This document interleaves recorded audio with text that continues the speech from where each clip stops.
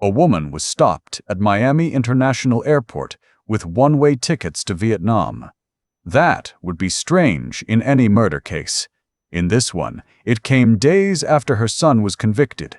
The woman was Donna Adelson. Her son was Charlie Adelson. And the man at the center of the case was not either of them.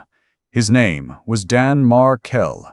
To understand why the airport footage matters, you have to start years earlier, in Tallahassee. Dan Markel was a Florida State University law professor, a scholar, and a father. In July 2014, he was shot at his home. He died the next day. The killing did not look like a robbery gone wrong.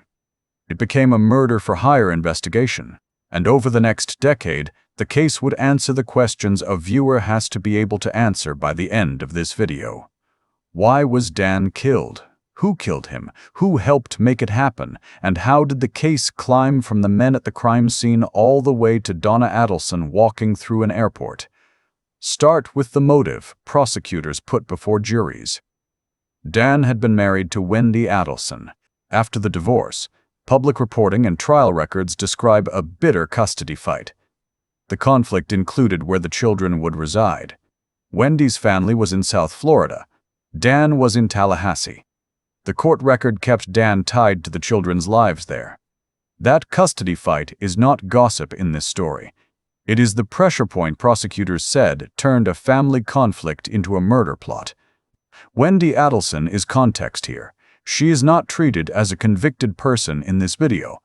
But the divorce file matters because prosecutors used it to explain why anyone would want Dan Markel dead. Dan was not killed because a stranger picked a random driveway. The state's theory was darker than that.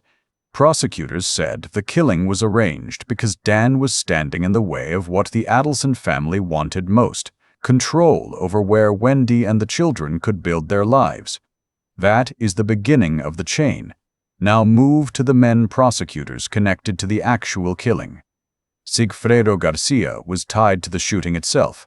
He was later sentenced to life for first-degree murder, plus 30 years for conspiracy.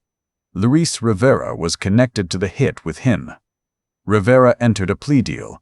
He was sentenced to 19 years, and the deal required him to testify against others.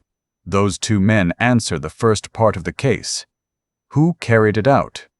The men prosecutors connected to the trip to Tallahassee were Garcia and Rivera. But that answer only opens the next question. Why would they kill a law professor they had no obvious personal reason to target? That is where Katherine Magbanua enters. Magbanua was not just another name in the file. Prosecutors described her as the bridge between the men accused of carrying out the killing and Charlie Adelson, Donna's son. She had children with Garcia. She had also been connected to Charlie. In a murder-for-hire case, that kind of bridge matters. Garcia and Rivera were the alleged execution end of the plot. Magbanua was the person prosecutors said helped connect that end, the money and the family motive. She was later sentenced to life without parole or probation for murder, plus additional time for conspiracy and solicitation. So, by the time the case reached Charlie Adelson, it was not floating on rumor. The courts had already dealt with the men prosecutors tied to the killing, and with the woman prosecutors said connected those men upward. Then came Charlie. Charlie Adelson was Donna's son. He was Wendy Adelson's brother. He was Dan Markel's former brother-in-law. Prosecutors said Charlie was not at the driveway, but that he was part of the chain behind the killing. In 2023, Charlie was convicted and sentenced to life in prison for the murder of Dan Markel. That conviction is the reason Donna's airport footage lands the way it does. Because once Charlie was convicted, the case was no longer stopping at the people outside the family. It had reached Donna's son. Then, days later, Donna Adelson was arrested. It did not happen at home. It did not happen in court. There was no quiet surrender. It happened at Miami International Airport. A USA Today, Tallahassee report says Donna and her husband, Harvey Adelson, had one-way tickets to Vietnam, a country with no extradition treaty with the United States. The couple had booked the flight after Charlie's guilty verdict. That is why the airport image is powerful. It is not dramatic because of what you see. It is dramatic because of what you know. A terminal, a body camera, a woman in public, and behind that ordinary scene, a dead professor, years of trials, a custody fight, hired killers, an alleged bridge, and Donna's son already sentenced to life. The case had climbed. From Garcia and Rivera, to Magbanua, to Charlie Adelson, then to Donna. That is the story the viewer needs before the verdict means anything. We, the jury, find as follows as to count 1 of the indictment, first-degree murder.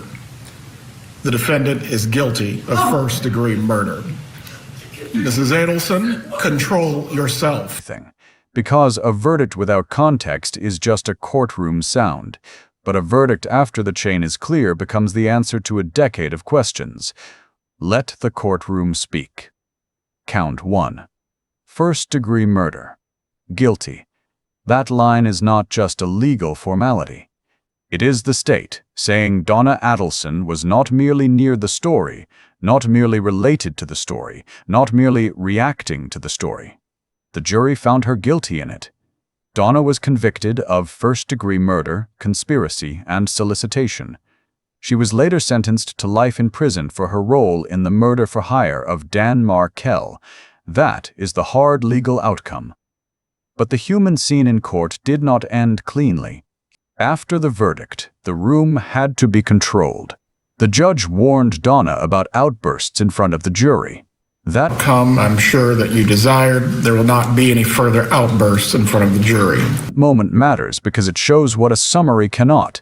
For almost 10 years, the case had been built piece by piece. Then the words came out in court. Guilty, guilty, guilty. And the pressure broke through the surface. Then Donna spoke for herself. She did not accept the state's story. She said that if she had known about a plan before Daniel was murdered, she would have stopped it. Then she said there was not one iota of actual evidence. If I had become aware of this plan before Daniel was murdered, I would have stopped it. With not one iota of actual evidence, the state convinced the Tallahassee. Hold those two things together. A jury had reached its verdict. Donna Adelson still denied the state's case. That is not confusion. That is the final tension. The legal system had one answer. Donna had another. And the audience has to understand why that contradiction matters. The state said Dan Markel was killed because of the custody conflict and because people connected to the Adelson side wanted the problem gone. The courts convicted the people tied to different parts of that chain. Garcia, tied to the shooting. Rivera, tied to the hit. Then a cooperating witness through a plea deal. Magbanua, the bridge prosecutors said, connected the hitmen to Charlie. Charlie, Donna's son, convicted and sentenced to life. Donna, convicted after the case reached the family matriarch. That is the whole arc. This was bigger than an airport arrest, bigger than a verdict clip, bigger than a list of convictions. A custody fight becomes a murder motive in the state's case.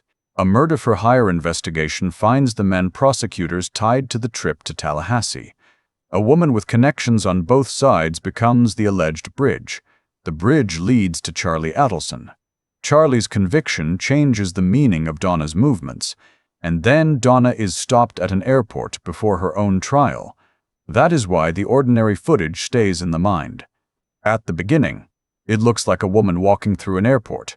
By the end, it looks like the case catching up to the next person in the chain. But there is a danger in a case like this. The names can take over. The legal outcomes can take over. The family drama can take over. And when that happens, Dan Markel becomes a title instead of a person. That cannot be the ending. Dan was the person killed. Dan was the father whose children lost him. Dan was the professor whose life became the reason every later proceeding existed. So the story has to come back to him. The airport matters because it shows how far the case traveled. The verdict matters because it gives the court's answer. The denial matters because it shows Donna's answer. But Dan Markel is why there was a question in the first place. A driveway in Tallahassee. A custody-fied prosecutors said became motive. 2 men tied to the killing. A bridge upward. A son convicted. A mother stopped at an airport. And finally, a jury speaking the words the case had been moving toward for years. Guilty. That is the story. Not the rules around it. Not the production notes. Not a list of names. The story is how a murdered professor's case climbed, person by person, until the airport footage stopped looking ordinary. It looked like the end of a chain. I am Carson Morgan. Until next time, stay curious, stay safe.